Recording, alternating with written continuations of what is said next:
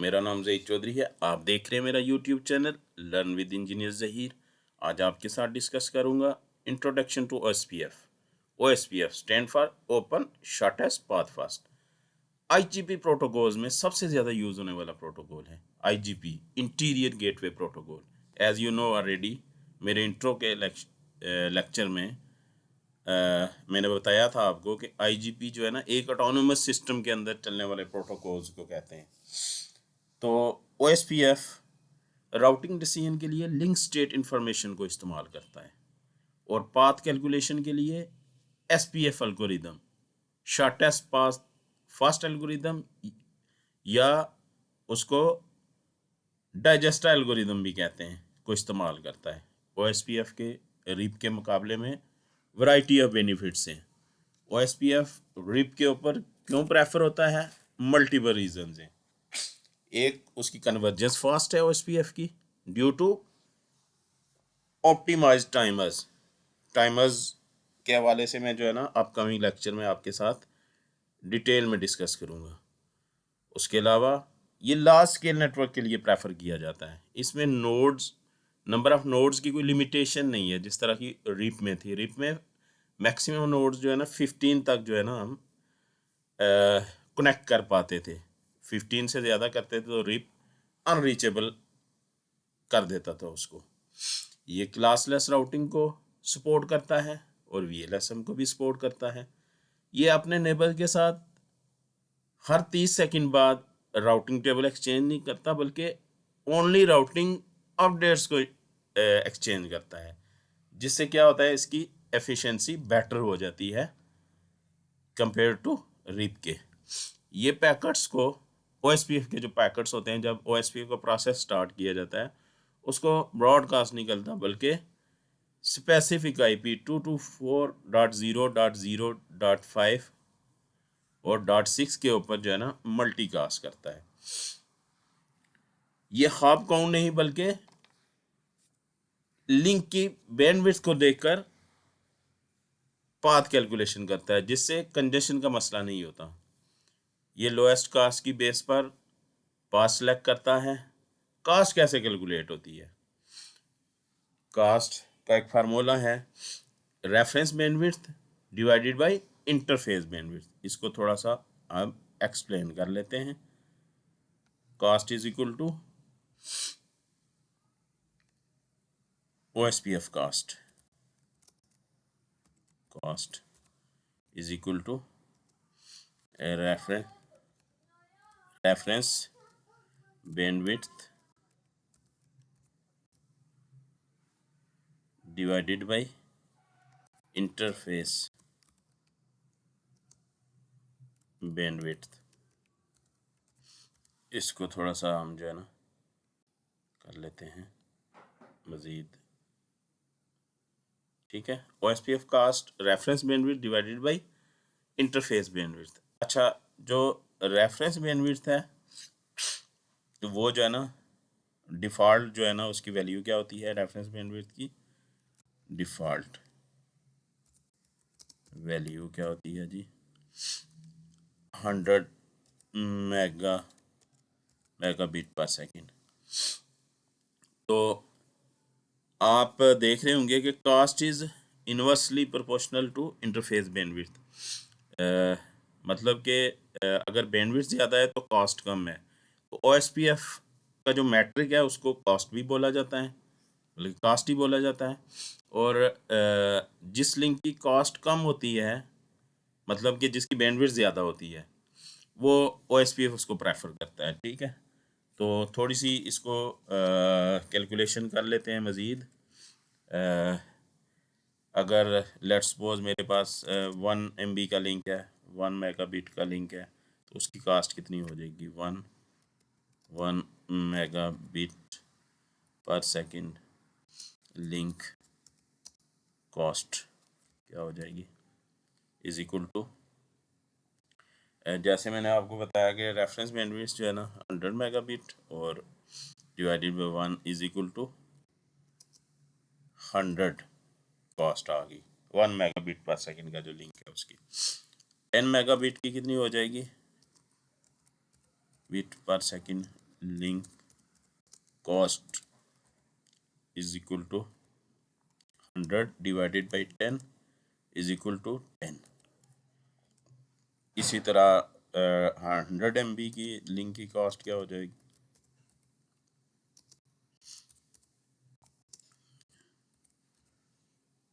Is equal to 100/100 is equal to 1 gigabit की क्या हो जाएगी, link cost is equal to 100 divided by 1 is equal to 0.1 is equal to 1। ये round of करके जो है ना इसको 1 ही कंसिडर किया जाता है। अच्छा, इस तरह है कि जब इंटरफेस की बैंडविड्थ रेफरेंस बैंडविड्थ से ज़्यादा हो जाए तो क्या किया जाता है, उसको राउंड ऑफ करके 1 कर दिया जाता है। ठीक है, ये आपने जो है ना लाजमी याद रखना है। अच्छा, जो रेफरेंस बैंडविड्थ की वैल्यू मैंने 100 लिखी थी, तो इसको जो है ना चेंज भी किया जा सकता है। OSPF प्रोसेस में जाएं तो इसको चेंज भी कर सकते हैं। तो इसको जो है ना मोस्टली मैंने अपने नेटवर्क में इस तरह किया था कि मेरा जो 10G का लिंक था ना, 10G के लिंक के हिसाब से जो है ना मैंने बैंडविड्थ उसकी जो हाईएस्ट अवेलेबल लिंक था ना मेरे नेटवर्क में, तो उसकी डिफ़ॉल्ट वैल्यू मैंने रखी थी 10G, ताकि जो है ना पाथ कैलकुलेशन जो है ना वो उसमें क्लैरिटी हो जाए। अच्छा, इसको फर्दर OSPF कैसे इसको जो है ना एक छोटी सी डायग्राम से मैं जो है ना आपको समझाता हूँ, जो ऑलरेडी मैंने इनकॉर्पोरेट की हुई है यहाँ पे। अच्छा, ये जो है ना OSPF पाथ कैलकुलेशन की एक डायग्राम है, होपफुली इससे आपको ज़्यादा क्लैरिटी हो जाएगी। अच्छा, R1 R2 R3 R4 और R5 जो है ना इसमें आपको नज़र आ रहे होंगे। अच्छा, जो लिंक मैंने यूज़ किए हैं इस टोपोलॉजी में वो 10 MB के और 1 MB के हैं। R1 R2 के बीच में 10 MB है, R2 R3 के बीच में भी 10 MB है, R3 और R4 के बीच में भी 10 MB है, और R4 और लेन के बीच में भी 10 MB है, और R1 और R5 के बीच में 1 MB है, और R5 और R4 के बीच में 1 MB है। तो अगर पाथ कैलकुलेशन करनी हो OSPF ने तो कैसे करेगा, R1 से R2 दो रास्ते हैं R1 से R4 के बिहाइंड लेन तक जाने के, एक वया R1 R2 R3 R4 and लेन, और दूसरा क्या है R1 R5 R4 लेन। तो पहले पाथ हम कैलकुलेट करते हैं R1 टू R2, जिसकी जो है ना कास्ट 10 MB की है और कास्ट क्या है उसकी 10 है। तो ये मैं आपको जो है ना लास्ट जो मैंने कैलकुलेशन की थी उसमें आपको मैंने दिखाया भी था। तो R2 और R3 के बीच में ही 10 MB का है, उसकी कास्ट क्या है 10 होगी। R3 और R4 के बीच में भी 10 MB है, उसकी कास्ट 10 है। और R4 और लेन के बीच में, क्योंकि लेन के सबनेट को भी मैंने OSPF में एडवर्टाइज किया हुआ है, तो उसकी कास्ट भी जो है ना 10 ही है। तो जो टोटल कास्ट बनती है R1 से R4 की लेन तक, वो कितनी बनती है 40, 10 + 10 + 10 + 10, ठीक है 40। तो कास्ट इसकी 40 होगी इस पाथ से। और जो दूसरा पाथ है R1 R5 R4 और उसकी लेन तक, उसकी कास्ट आती है 100 + 100 + 10, 210 आती है, 210 आती है। ठीक है, तो लेस कास्ट की तरह लेस कास्ट है 40। तो इसका मतलब है OSPF कौन सा पाथ प्रेफर करेगा, OSPF पाथ प्रेफर करेगा जिसकी कास्ट कम है। तो OSPF लीस्ट पाथ को फॉलो करता है। लीस्ट पाथ का मतलब है उसकी बैंडविड्थ ज़्यादा है। अच्छा, अनलाइक रिप क्या करता था, होप काउंट करता था, वो बैंडविड्थ को नहीं देखता था। तो OSPF का ये बेनिफिट आप देख रहे होंगे या समझ आ रहा होगा ये, कि जिन लिंक्स की बैंडविड्थ ज़्यादा है OSPF की ट्रैफिक उन लिंक्स के थ्रू राउट हो रही है। अच्छा, कोई भी राउटिंग प्रोटोकॉल है वो जब नेबरशिप का या राउट एक्सचेंज का प्रोसेस स्टार्ट करता है तो वो क्या करता है कि अपने जो डायरेक्टली कनेक्टेड राउटर्स होते हैं उनको उनके साथ नेबरशिप इस्टेब्लिश करता है, और नेबरशिप इस्टेब्लिश करने के बाद जो है ना उसके बाद जो है ना अपने राउट्स को जो है ना एक्सचेंज करता है। OSPF की जो नेबरशिप की का प्रोसेस है, उसकी भी कुछ स्टेट्स होती हैं। वो स्टेट्स जब कंप्लीट होती हैं तो उसके बाद जो है ना उसकी जो है ना स्टेट जो है ना फुल स्टेट में जाती है या वो मैच्योर स्टेट में जाती है। उसके बाद राउट एक्सचेंज होते हैं। तो OSPF में कौन सी स्टेट्स हैं वो देख लेते हैं हम। इनिट स्टेट है, इनिट स्टेट। पहले स्टेट लिख लेते हैं, फिर इनको थोड़ा सा एक्सप्लेन करते हैं। अच्छा, और नीचे ही एक्सप्लेन कर दूंगा। Two way state, two way state,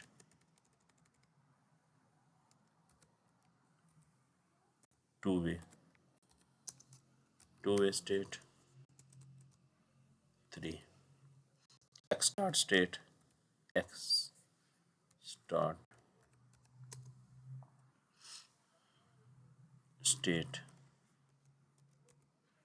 4। Exchange state,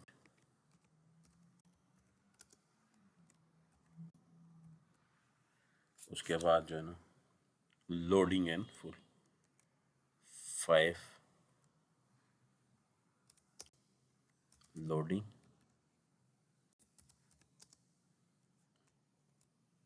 6, full.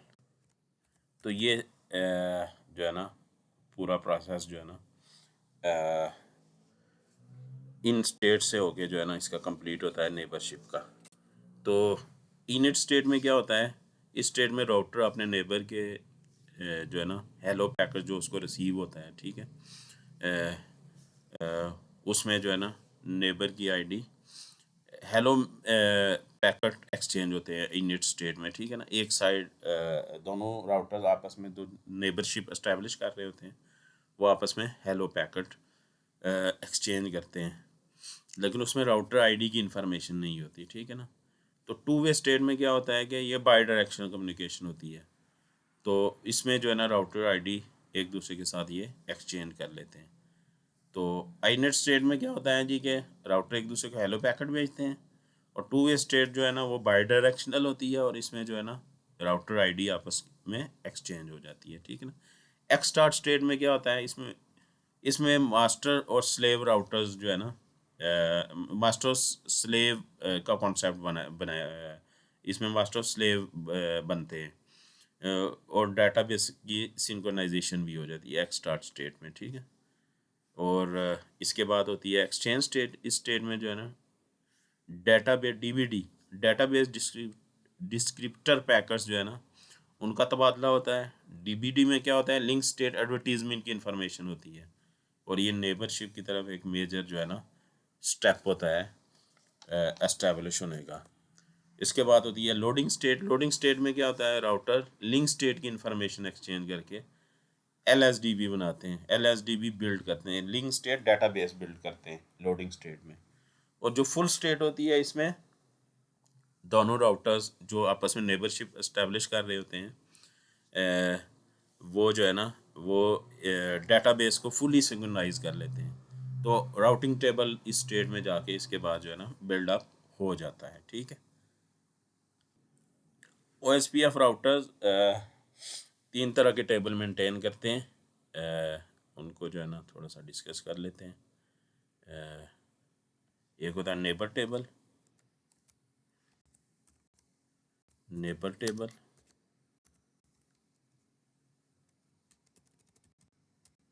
Neighbour table. दूसरा टोपोलॉजी टेबल, और राउटिंग टेबल। अच्छा, नेबर टेबल में क्या होता है, नेबर टेबल में OSPF अपने नेबर्स के साथ नेबर्स की इंफॉर्मेशन जो है ना वो स्टोर करता है। नेबर टेबल में नेबर्स की इंफॉर्मेशन जो है ना स्टोर की जाती है। टोपोलॉजी टेबल में पूरे नेटवर्क के पॉसिबल राउट्स को जो है ना, पॉसिबल राउट्स की इंफॉर्मेशन को स्टोर किया जाता है कि पूरी टोपोलॉजी बनाई जाती है कि लेट्स सपोज एक डेस्टिनेशन है, उस तक जाने के 4 रास्ते हैं, तो वो सारे के सारे जो है ना, सेकंड फर्स्ट बेस्ट कौन सा है, सेकंड बेस्ट कौन सा है, थर्ड बेस्ट कौन सा है, फोर्थ बेस्ट कौन सा है। तो टोपोलॉजी टेबल में चारों पाथ का जो है ना, पाथ की इंफॉर्मेशन होती है। और जो राउटिंग टेबल होता है उसमें किसी भी डेस्टिनेशन तक जाने का सबसे जो ऑप्टिमम रास्ता होता है, जो सबसे बेस्ट रास्ता होता है, उसकी इंफॉर्मेशन होती है। अच्छा, इसके साथ ही आज का लेक्चर अपने इख्तिताम को पहुंचा। होपफुली आपको समझ आ गया होगा। अगर आपने चैनल को सब्सक्राइब नहीं किया तो लाजमी सब्सक्राइब कर लें, क्योंकि मैंने बहुत ही एक्साइटिंग टॉपिक्स अभी स्टार्ट करने हैं। अभी अपकमिंग जो लेक्चर्स आ रहे हैं मेरे, बहुत ही एक्साइटिंग होंगे और आपको बड़ा मज़ा आएगा सुनने में और देखने में।